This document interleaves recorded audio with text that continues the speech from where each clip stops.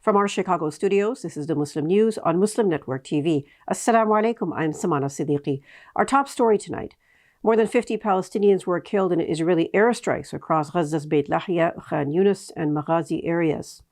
Among the casualties were prominent photojournalist Ahmed Khairuddin and journalist Muhammad Khairuddin, raising the total of journalists killed in Gaza to 105. The Palestinian Red Crescent reports another 10 people killed and 12 injured near Al-Amal City Hospital in Khan Yunis. Israeli shelling in the Nusayrat refugee camp claimed the lives of 7 civilians, predominantly women and children. Israel has escalated its offensive, with the Israeli army chief confirming a new phase of the war, targeting Khan Yunis after focusing on the north. Meanwhile, the UN reports 22 Israeli soldiers were killed, bringing the total Israeli military casualties in Gaza to 162 since the conflict began.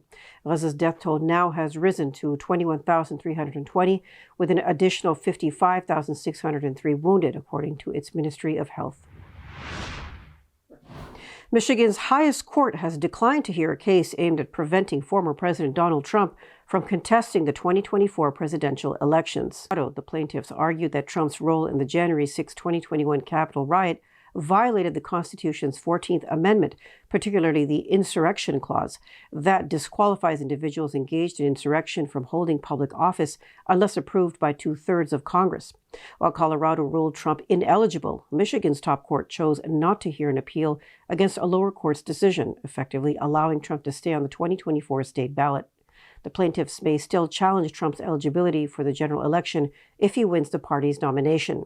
Multiple cases addressing Trump's eligibility are ongoing in various state courts ahead of the 2024 presidential election. In related news, the FBI is investigating threats against Colorado Supreme Court justices. This is following their decision to disqualify former President Donald Trump from the 2024 presidential primary ballot. The FBI got involved after a false threat was reported at the home of one of the judges. Some social media users have exposed the justice's personal information. Denver police are also investigating the case while stressing the need for heightened security and privacy. FBI Public Affairs Officer Vicky Migoya has pledged to investigate threats or violence motivated by extremist views. A report by the group Advanced Democracy notes a surge in violent rhetoric against the court. It also drew parallels between this and previous events involving Trump. The Colorado Supreme Court's 4-3 decision found Trump ineligible for the 2024 presidential race last week. This was due to his alleged engagement in an insurrection, which violates the 14th Amendment's Section 3. The New York Times has sued OpenAI and Microsoft for allegedly using the newspaper's articles without permission and creating artificial intelligence products. The newspaper is the first U.S. media organization to sue them for copyright issues. The lawsuit was filed in the Southern District of New York this week. It alleges OpenAI and Microsoft are using the Times' work to create artificial intelligence products that compete with it. The 69-page suit filed in Manhattan federal court says the act threatens the Times' ability to provide that service.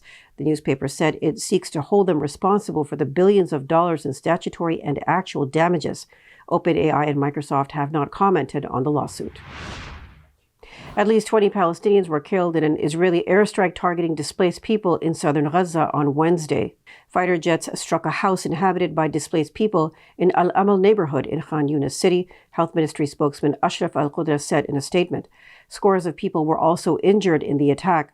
According to witnesses, the targeted house is next to Al-Amal Hospital, run by the Palestinian Red Crescent Society in Khan Yunis. Amid heightened tensions in the occupied West Bank, Israeli settlers reportedly hanged a donkey's head on a grave near the Al-Aqsa Mosque complex in East Jerusalem.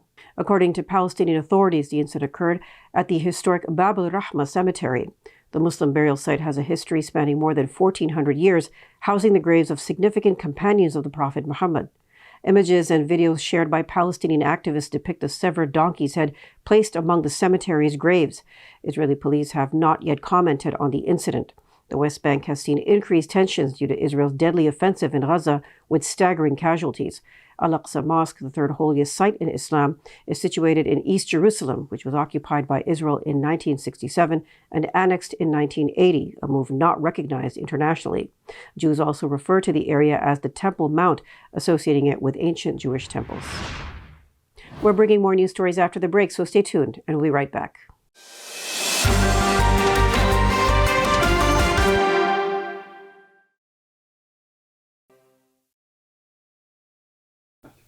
Welcome back.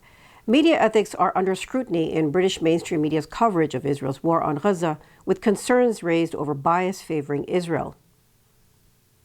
Center for Media Monitoring Director Rizwana Hamid says voices supporting the Palestinian struggle are ignored unless they condemn attacks by Hamas. She highlights a lack of context in reporting, emphasizing the complexities of the Israel-Palestine issue, including the Israeli occupation and blockades. The media often frames reports with a pro-Israel bias, and Palestinian casualty figures are treated differently from Israeli ones. As well, Hamid says death and injury counts provided by the Palestinian side are constantly called into question, despite being verified by international institutions, including UN agencies.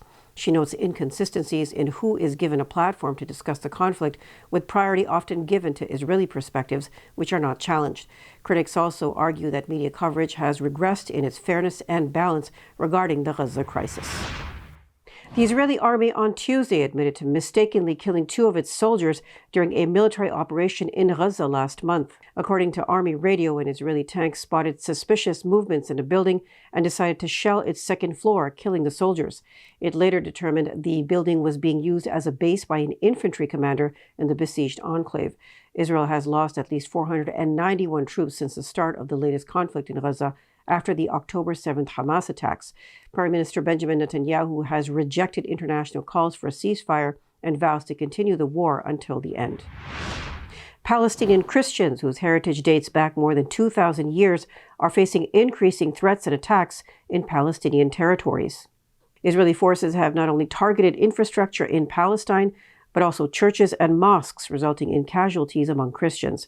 Extremist Jewish groups, supported by right-wing figures, occasionally attack churches in occupied Palestinian areas.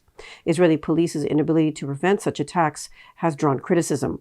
Christian leaders accuse the Israeli government of ignoring attacks on holy sites and clergy. Recent years have witnessed a surge in assaults by Jewish settlers on Christians and religious sites in East Jerusalem. Despite these incidents being categorized as hate crimes, investigations often go unresolved. Some Palestinian Christians refrain from Christmas celebrations due to ongoing violence, with symbols of baby Jesus placed amid rubble in solidarity with Gaza.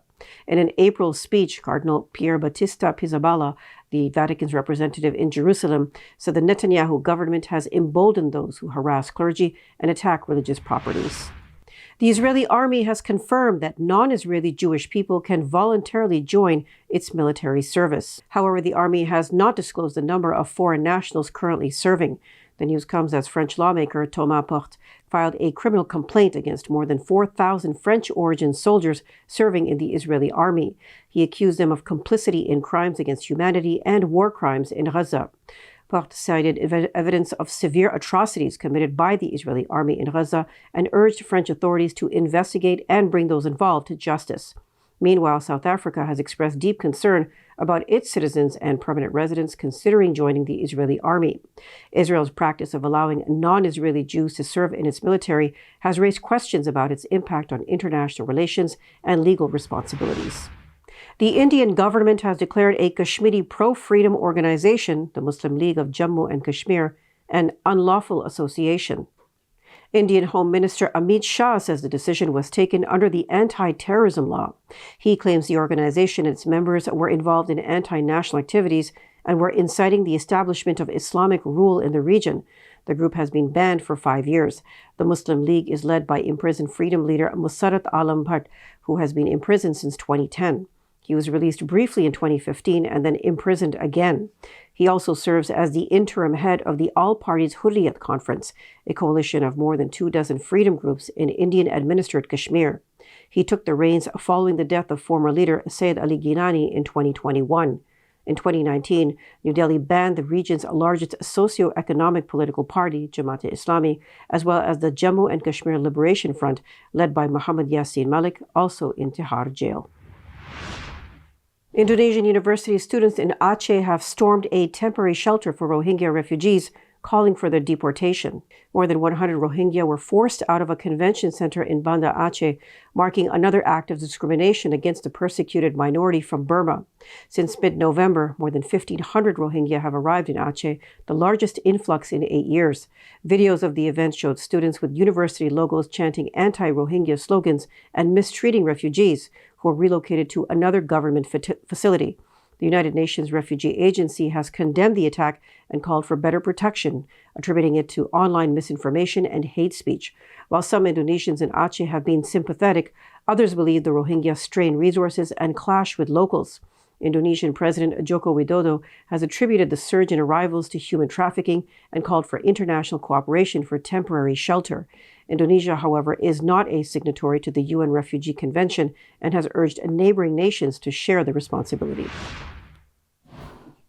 A local mosque in the French town of Vigneux-sur-Seine was found with a wild boar carcass nailed to its gate. The incident, the first of its kind in the town in the southern suburbs of Paris, has deeply shocked residents. The mayor has denounced this incomprehensible act of hatred, reaffirming the community's commitment to unity and peace. The incident has sparked outrage and been widely condemned by the community and beyond. The mosque is managed by the Cultural Association of Muslims, which expressed their astonishment and disappointment in a press release. The group's General Secretary, Sofiane Talbi, revealed that surveillance footage showed silhouettes of potential culprits.